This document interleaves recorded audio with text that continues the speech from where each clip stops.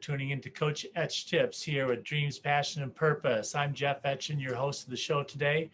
I'm really excited for you to have a chance to hear my special guest talking today is Erin Scholes.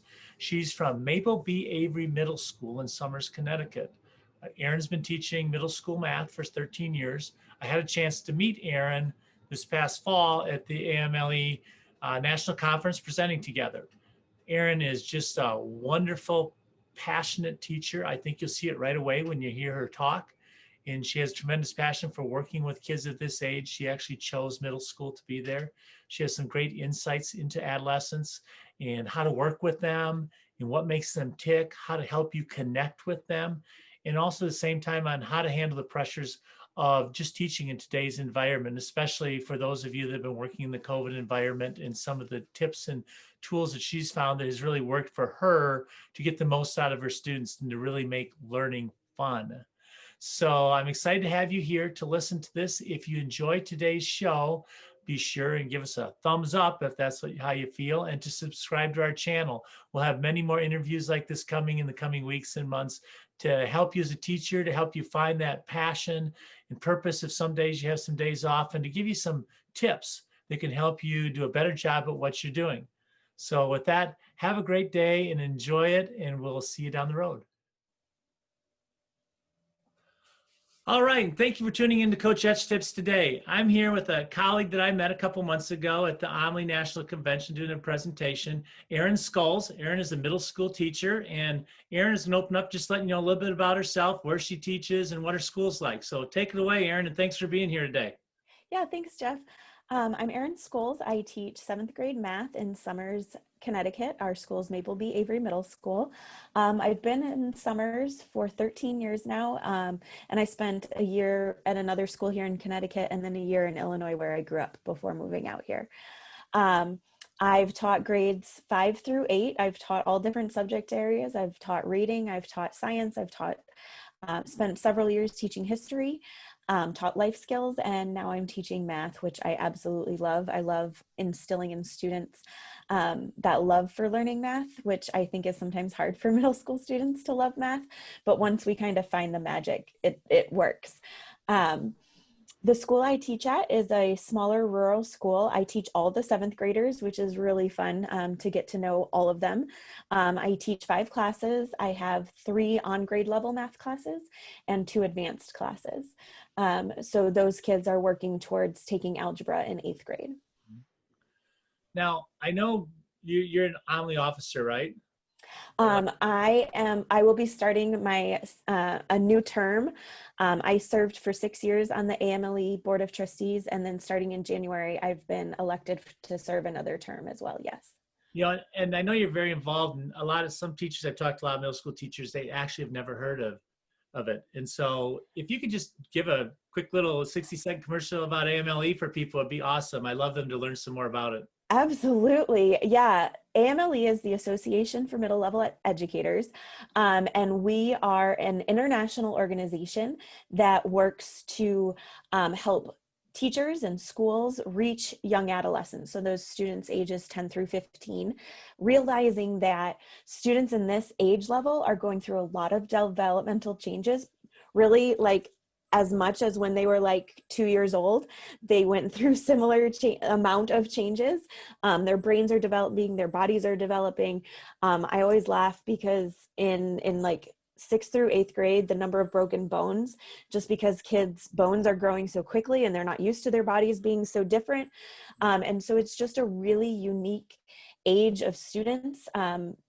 And knowing how to teach them and how to reach them is really, really important. And I know, Jeff, that you're really about building those relationships. And that's so important to me and important to AMLE too, is building those relationships with middle schoolers.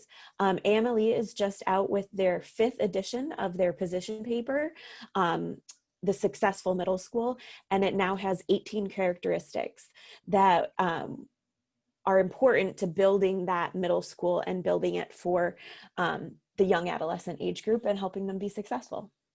Well, I know I was fortunate. My daughter and son both came through in the mid 2000s to late 2000s, a good middle school structure. And I'm so glad it changed from the junior high model, because and I think it played a good role in having a great education for them, just kind of the foundation of the way the whole environment worked. I really loved it because I really didn't know much about it before they went there, and I taught at that level and went to a couple of conventions and learned.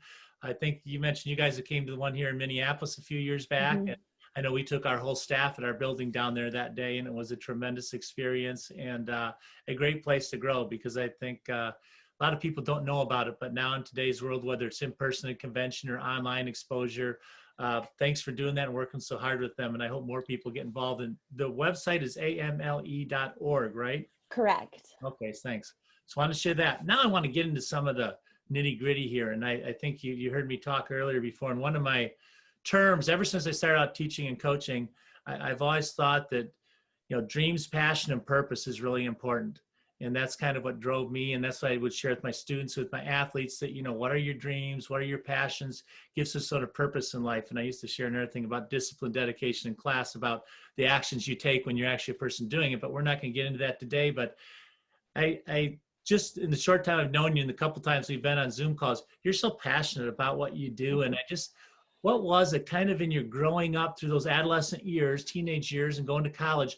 Where was that point that dream kind of popped up for you and you decided, this is my passion and my purpose, and this is what I want to do? If you could revisit that for a few minutes, I'd sure appreciate it. Yeah, for sure. His name is Mr. H, Mr. Hernandez. He was my sixth grade math teacher. And I was one of 4 girls in an advanced class with 30 kids in it. And he just always made me feel that I was important and that my voice was important in the math classroom. And he also very much cared about his students. And so he was definitely my favorite teacher, and certainly someone I want to emulate all the time. I'd wanted to be an educator for a long time. My mom was an educator. She was an educator for those with vision impairments. And so I'd thought a little bit about going into education for those with deaf and hard of hearing, but kind of switched to more of like an elementary focus. And so I was on that route in college. And my sophomore year of college, I was taking a reading class where we were reading with second graders.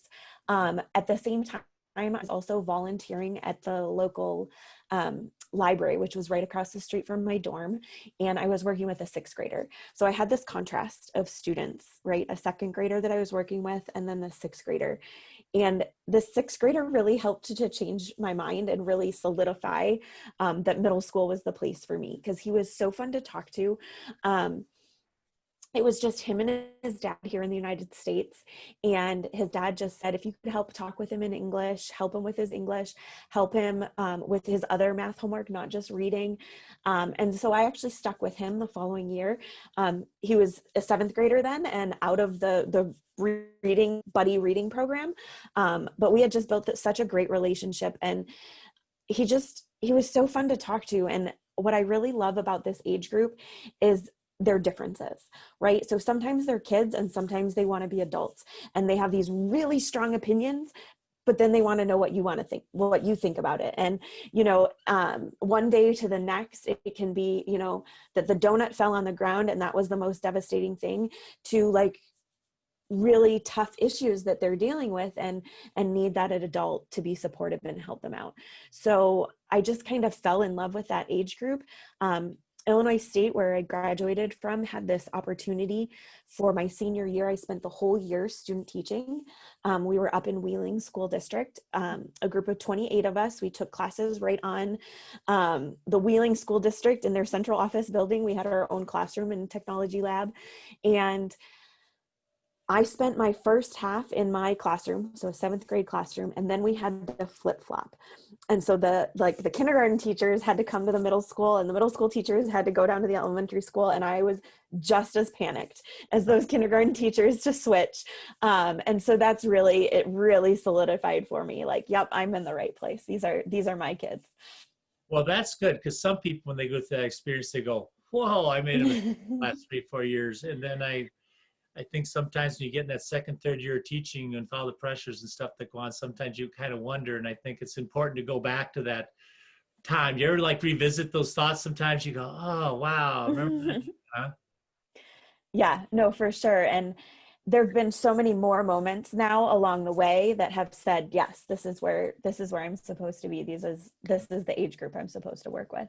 And it's important to reinforce those moments, because I think sometimes we can get caught up from the bad times, just getting frustrated. And I know how people complain and get upset, but remember those good moments and just reinforce those, because it can be easy to forget them, especially in the last 10 months of what we've been going through. For sure, for sure. The kids have really helped me through it. They're so resilient and they're so willing to help and be patient with all the technology that, yeah, they're really, they're the reason I do my job. And so it makes it easy to be online with them too. Great, thanks. Now, one of the things that I really enjoyed, that I think it's important to build relationships with adolescents, is to really understand what they are.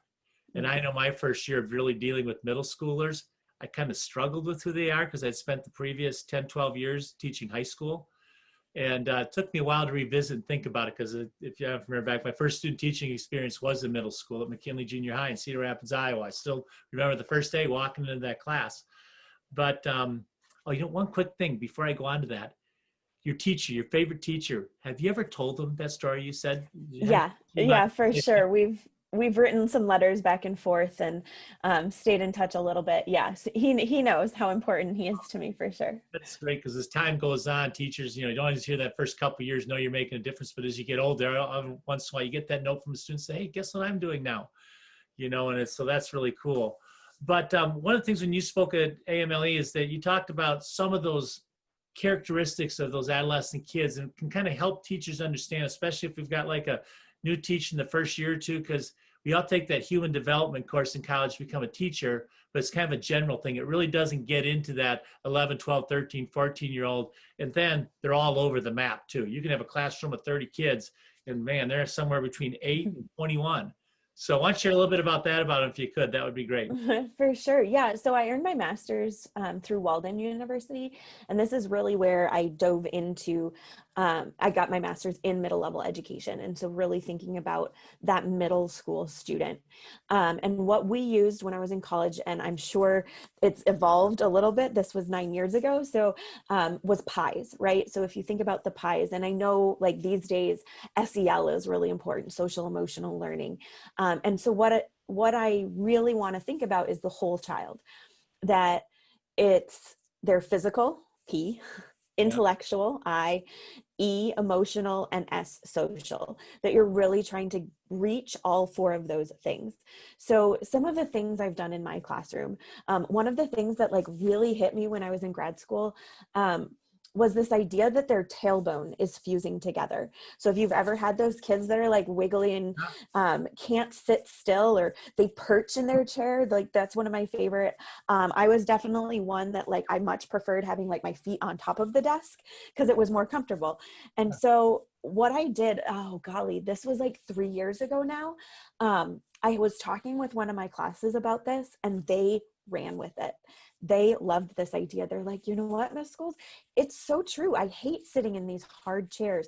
So the kids did research. They found chairs that would be comfortable for young adolescents to sit in. They wrote a grant. We have this wonderful organization in our town called Summers Education Foundation that allows grants and gives grants to teachers within the school district. So my kids wrote the grant, and then they were awarded the grant, and we had 30 different chairs. So they got 15-ish of these like just blue, just a softer plastic chair. They spun, and what they really loved is they rose and lowered, which was great because like if you think classic middle schooler, you've got the one kid who's this big and the one kid who's this big. Classic middle school. And so sure enough, that's how the chairs ended up in my room. Some were all the way down and some were all the way up.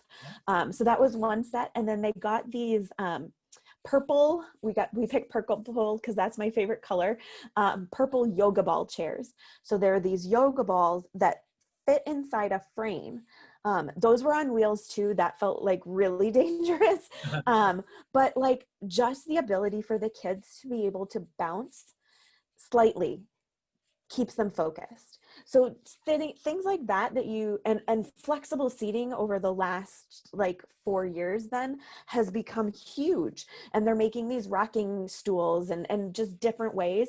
So I think it's important for teachers to really think about the setup of their classroom and what their students are sitting in. And is it important that they sit, right? It used to be, you must sit in your seat, you must ask to get up.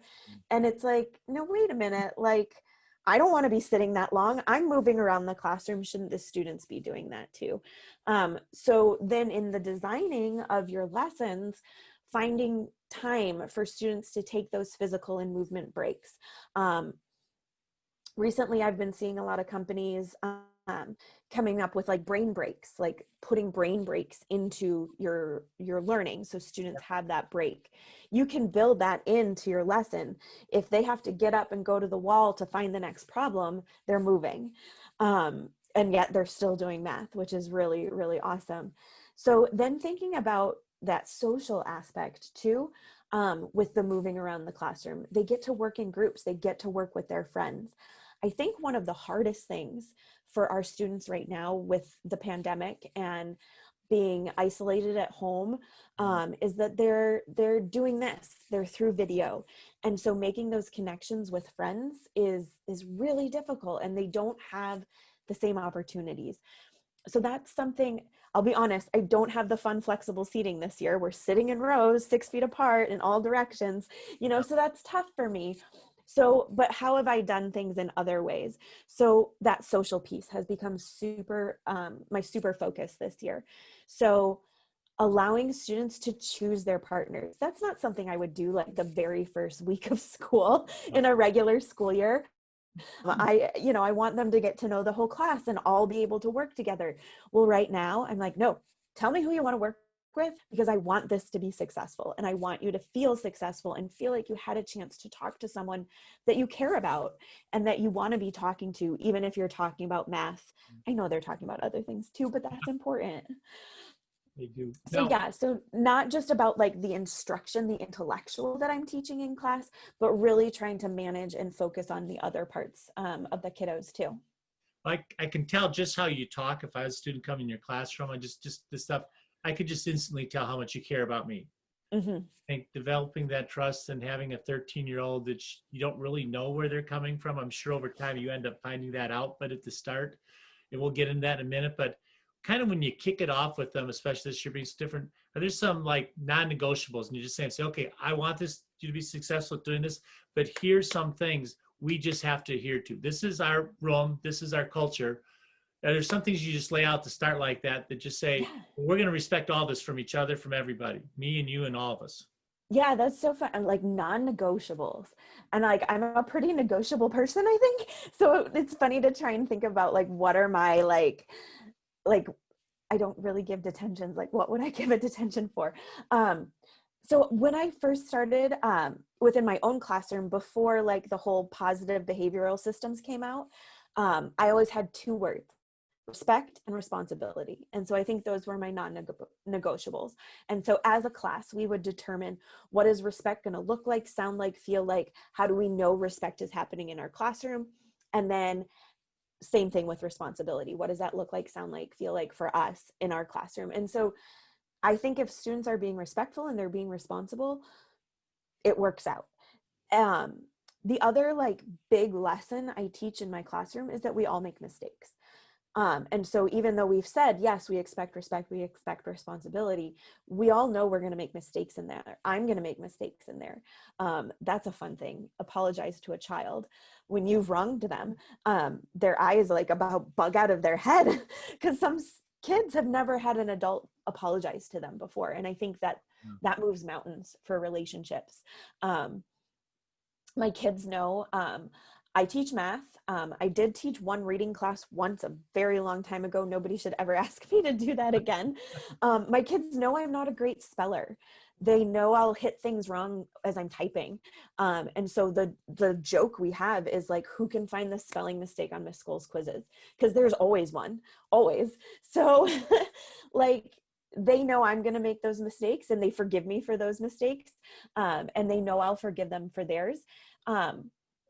but they definitely know I'm going to help them learn from those mistakes. And then that's why we make mistakes, right? Is if we can learn from them. Now, you had that discussion with them and, kind of trusting you. I think sometimes finding adolescents and not quite sure what the kids are like in the school, the school that I retired from, 3/4 of those kids had really had a hard time trusting an adult in their life because so many things seem to just not go the way they're supposed to go. Like you said, they haven't had an adult apologize. Is there things both in the classroom and then getting to know that student as the person outside of that subject in that class area to develop that trust and that connection with them? What are some of the things that you do to do that? And what role do you talk to them about trust, and do you think that plays? Yeah, so this year's it's interesting, right? Because you don't have those private like one-to-one moments, right? We're not supposed to get that close to them.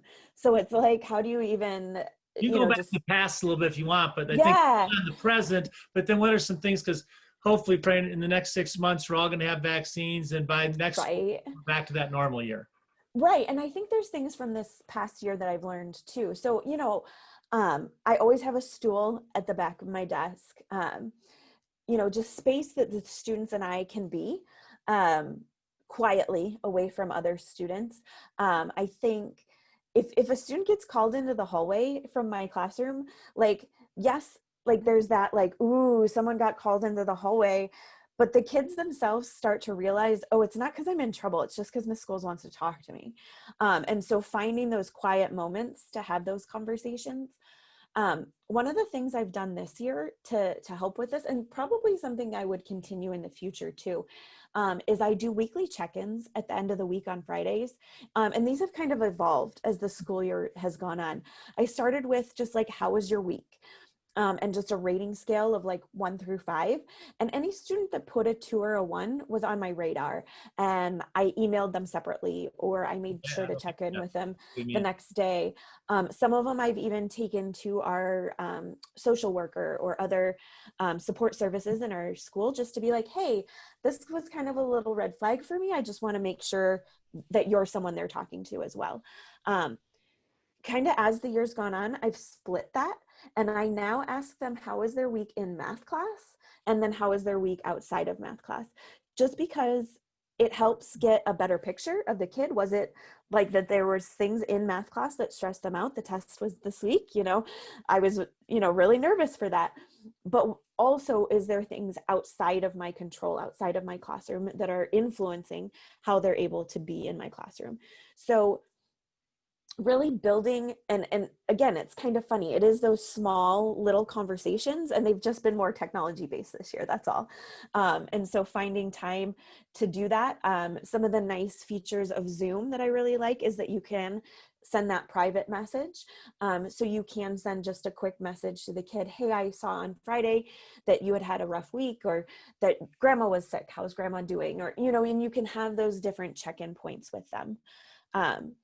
Another thing, last spring, especially when we were super far apart, I was really diligent about sending a card home to kids who lost a family member. We had a couple grandparents die last spring. And so sending them a card just so they know I'm thinking of them, because I don't see them every day in school. It's one of those things, and I had this happen last year, like pre-pandemic. One of my kids came into my room and he was asking me like what the schedule was, like nothing out of the ordinary, just like, which schedule are we following today? And like, I could just tell from his facial expression that something wasn't right. And I was like, hey, what's going on? And come to find out, his dog had died. And so it's paying attention to those little things, and those little things that are just slightly out of the ordinary. Because they'll be big clues into a kid not having a good day. Yeah. Now, is there anything else, like from a structural standpoint, that you kind of like set the culture kind of start of the year? You kind of talk about connecting with kids and all that, but just sometimes I know some people are just who they are, and I can tell that's probably very natural for you to do that. But just some tips to somebody, how they set their classroom up. I mean, I know spaced environment, you talked about the seating and stuff, which I just noticed, and I was always in a gym as a physical education teacher, but I've done a lot of subbing in some different buildings because I just love staying connected to kids and teachers and just be that. That's just who I am. I'll be doing that. I'll be one of those 75, 80-year-old guys walking and still subbing in a middle school, and everybody thinks I'm crazy. But I just never grew up. I just stayed a middle school kid my whole life. Actually, I taught K-12 and in college too, but I love that environment. But some of the little things you can do that might help set them with a little bit better structure to help that new teacher in their first, second, third year going on to help get them off to a better start. Because even though you got to have that flexibility, you got to have some sort of structure. Otherwise, those middle school kids just go crazy. For sure. So in a regular year, my very first day of school, the kids walk into my room. How do they know where to sit? And this started actually because I'm not good with names. And I always hate sitting in front of the room, calling roll call, not knowing who these kids are or how to say their names. And so I wanted to eliminate that from me having to be in front of the room because it was embarrassing for me. So walking into my room, and I teach 7th grade math, the kids have already learned how to graph on a coordinate plane. So they go to the back table, they pick up an index card with their name on it, and it has a coordinate pair. Taped on my floor, I have taped out the coordinate grid. And so the very first thing they're doing when they walk into my classroom for that first day of school is they're doing math. So for me, that sets a tone that my expectation is math, right? That I'm here to teach you math. Well, then as soon as everybody finds their seats or thinks they've found their seats, I have a game. I don't know if this is like a 30-year-old game, but I absolutely love it. It's called 24. Okay. Have you heard of this? I haven't. Okay, so 24, it's these cards, and there's 4 numbers per card. And every card using addition, subtraction, multiplication, and division equals 24. And so you just have to figure out the order of operations that you're going to make to get 24. So kids find their seats using coordinate plane. I explained 24. Now they're working, they're sitting in groups of 4. And they're working together to solve 24. So immediately doing math, immediately working in groups. It is not teacher-centered. So then I get the opportunity to walk around with my little clipboard and my seating chart and who I think I'm supposed to meet in each of those locations. I put out my hand, I say, "Hi, I'm Miss Scholes." And then they tell me their name. Perfect. I don't have to say their name for the first time. I get to hear it first. And so that's great. They look at me like I'm bizarre, but like that's me. So it's totally fine. I'm good with that.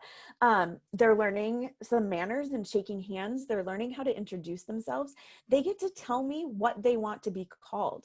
You know, how many kids have these names that they like their nicknames so much better?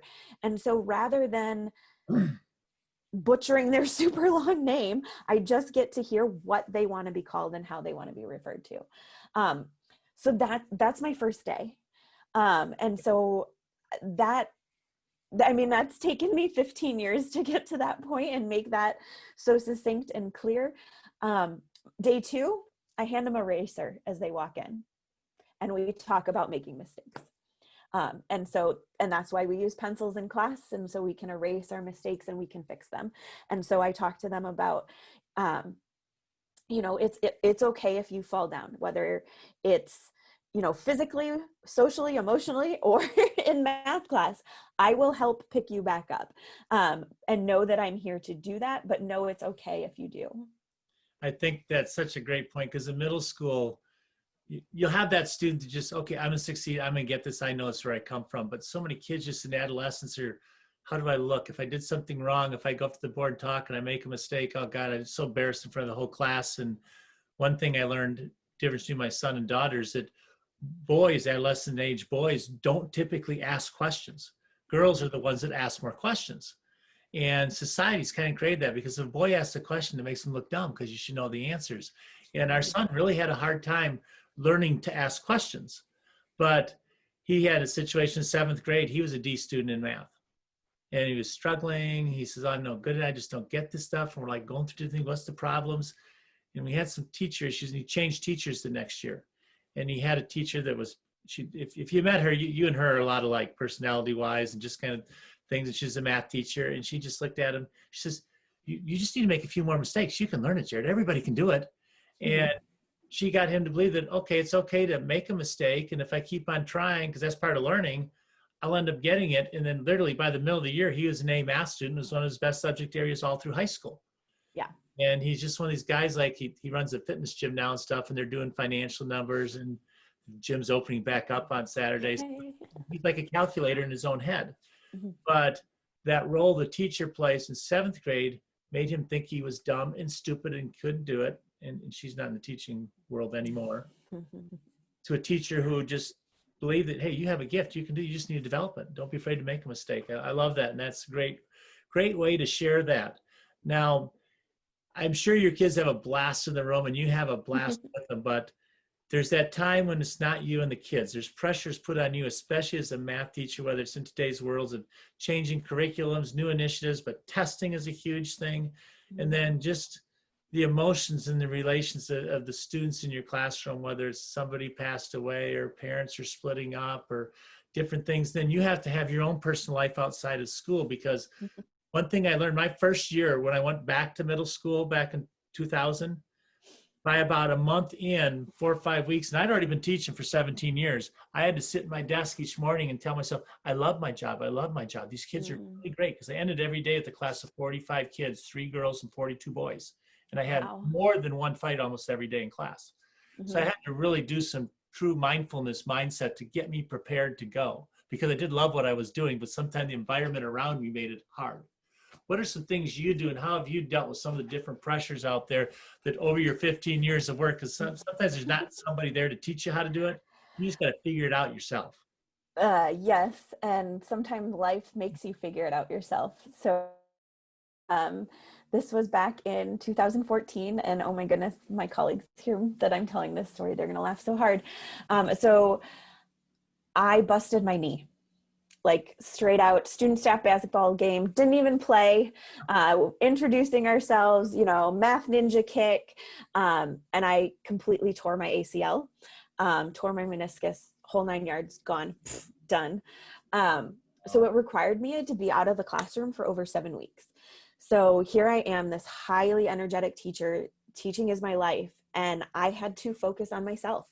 I had to focus on getting better, healing my knee, because it was the ACL and the meniscus. And I was just at the threshold of them being able to use my own muscles to recreate the ACL. I remember like sitting on the therapist's table and they're like, okay, pick up your foot now. And I literally could not do it. Like I had to rebuild the muscles that allowed me to move my legs. That was a crazy experience too, because there was a student in the same therapy office and I'm sitting there saying I can't in front of a student.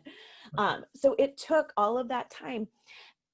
I would go to the physical therapy for 2 hours a day and really work to come back.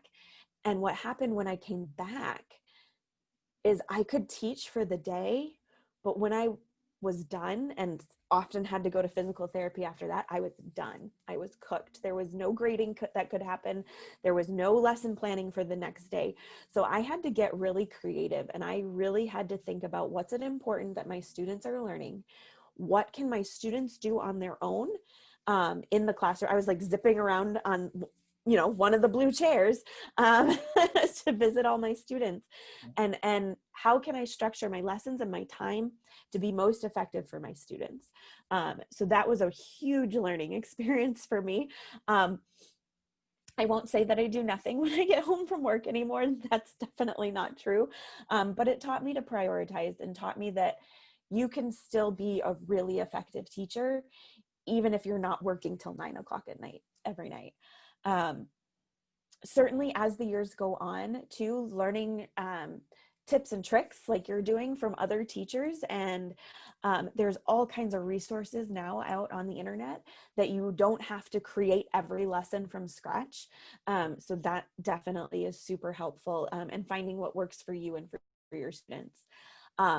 Another really important thing, and sometimes I get so mad at some of my staff member friends that still do this, is to take your work email off your phone.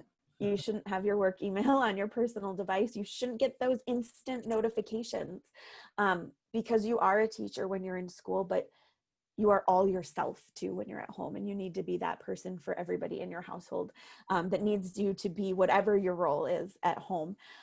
So that's a huge suggestion to any new teacher. Never, ever, ever put your work email on your phone. You can check it at work. And if it's a true emergency, someone will get a hold of you, I promise. Probably. Is there one of the things we all have to deal with tonight, whether it's in the corporate world or education world, there's always somebody we work for. Mm. And I don't know how many different over your time now, last 14 years you've been in the same building, same school? 13, yeah. 14 years. Have you had the same administrators in charge? Or No. like I kind of seen for me in the different, whether I was in the elementary level, middle school, high school, or I didn't spend a lot of years in college, but administration and leadership is changing. It seems like every 2 to 4 years. Very seldom do you stay in a teaching job for 10 years and have the same principal, assistant principal, and in leadership within your building. And not getting into individual things about them, but sometimes there's people that you really work well and connect with, and sometimes it's a struggle. And is there anything you can share with that teacher that's maybe going through those things? Because you can control you with the kids, but sometimes there's those outside things, initiatives, new curriculums, that having to deal with those people. And how have you done with that? Maybe a tough situation one time and something you had to remind yourself, this is a blessing and I'm lucky right now for this. Yeah, no, for sure. I think it's really important to know your why. Know why it is you choose to do certain things in your classroom. If it just, if it ever gets challenged, and if someone ever says to you, why do you do it this way? Have a reason, because that helps. Like if you can explain why it is you do something the way you do it, I think that can go a really long way. And I think be open. You're right. I've had, I think, 4 different principals in the time that I've been there. And each one brought something different to the job. And so finding what you can learn from each person is definitely the way to go. I don't know that I'm like, I wear the rosy colored glasses. I don't know that I would say that about myself anymore. But I definitely like to find the good in people and in situations. And even though situations can be tough, finding some positives in those situations, and honestly knowing maybe when a situation isn't working, and that can be a really hard decision to make too, but knowing when it's time to try something else. And you asked about test scores. Test scores are absolutely something that stresses me out. And one of the things I absolutely it's not my favorite part of teaching. So most recently, I have gone back to grad school for a second time and earned my master's in educational technology. So people have always said, oh, you'll make a great principal. And I'm like, but I don't want to be a principal. That's like all of my least favorite parts of my job in one single job. I don't think so. So just kind of thinking, so I thought outside the box and I said, okay, if I want to step into a more leadership role, but I don't want to be a principal or an assistant principal, what else is out there? Well, one of the things I love is technology. I grew up in that Oregon Trail generation where I grew up with the technology. I had to figure it all out. And so I'm really good at it. And so really finding my own personal strengths. And so now I'm thinking about leaving the classroom, which is kind of scary, but becoming an educational technology specialist. And I don't like to think of your eyes went up. I saw it when I said leaving the classroom. I don't think of it as leaving the classroom. I think of it as gaining lots and lots of classrooms, because my ideal role in this position would be to work with teachers, to be in the classroom with them, to be teaching the kids together and teaching the technology together. So I want to support teachers with their technology use and really help build a cohesive program. Yeah, that's cool, because I think one of the things you mentioned about is being open.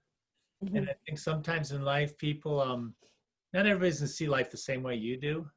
And I know when I was a young teacher and a coach, when I came to school about my 3rd or 4th year, I walked into the athletic director's office one day, and the secretary in there, who was kind of like a second mom to me, looked at me and says, Jeff, stop. You don't have to be right all the time and act like a blank blank. Well, most other people said that to me and I would have just blown up. And I just said, really? because I really respected her. And I just said, why? It was one of those moments, and like, boom, just hit me. And so she got in kind of an explanation how I was acting and behaving, and I'm like, well, that's not the person I want to be. And I was kind of losing sight of what I wanted to be. And I thank her. She's not around anymore, passed away of cancer. But having people like that in your life, and I think growing up, without going my whole story, being open was one thing I really learned early on from other teachers and coaches and stuff, people that I was around. And I think it really allowed me to thrive and enjoy what I was doing for the 37 years that I did it. And still want to continue growing and being open. I recently heard of, I don't know if you ever heard of a guy named Simon Sinek. He has a bit of positivity. He has a great podcast, but there's a number of books out there that talks about the infinite game.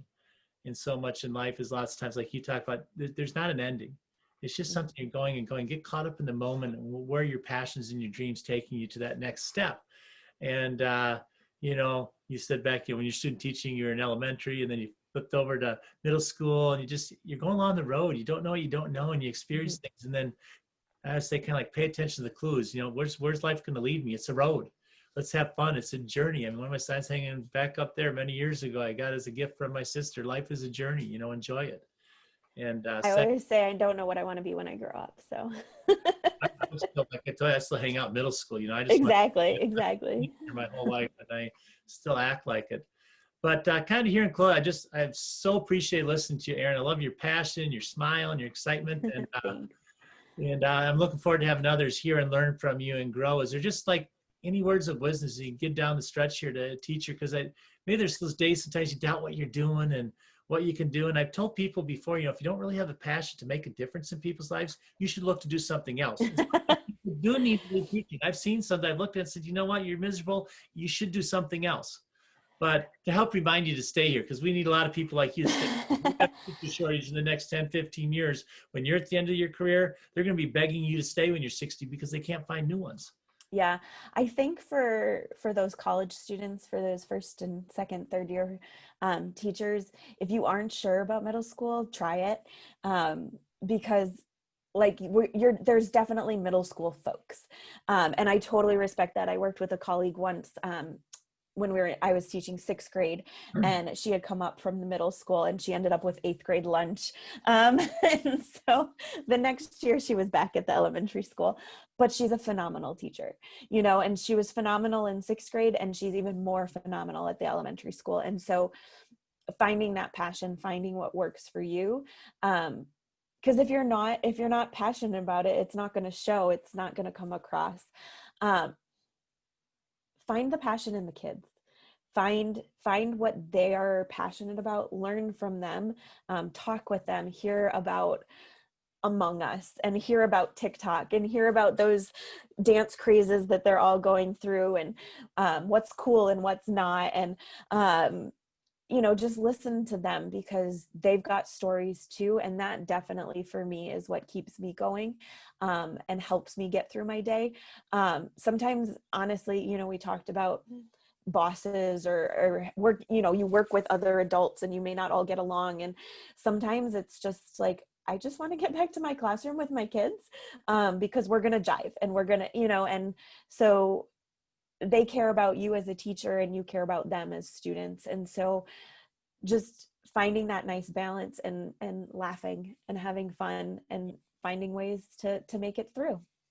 All right. Well, hey, I'd say this has been absolutely awesome, and I wish we could go for 2 hours, but I tried not to 40 minutes because that attention span thing, like a middle school student, but it's a little long.